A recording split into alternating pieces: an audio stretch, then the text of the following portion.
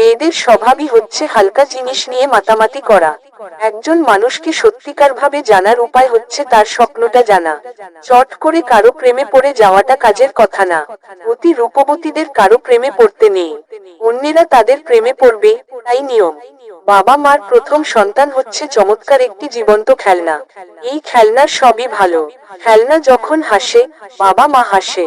খেলনা যখন কাঁদে, বাবা মার মুখ অন্ধকার হয়ে যায়। মায়ের গায়ে কোনো দোষ লাগে না। ছেলে মেয়ে মায়ের ত্রুটি দেখবে না, অন্যেরা হয়তো দেখবে, সন্তান কখনো না। ভদ্র ছেলেদের জন্য মেয়েদের মনে কখনো প্রেম জাগে না।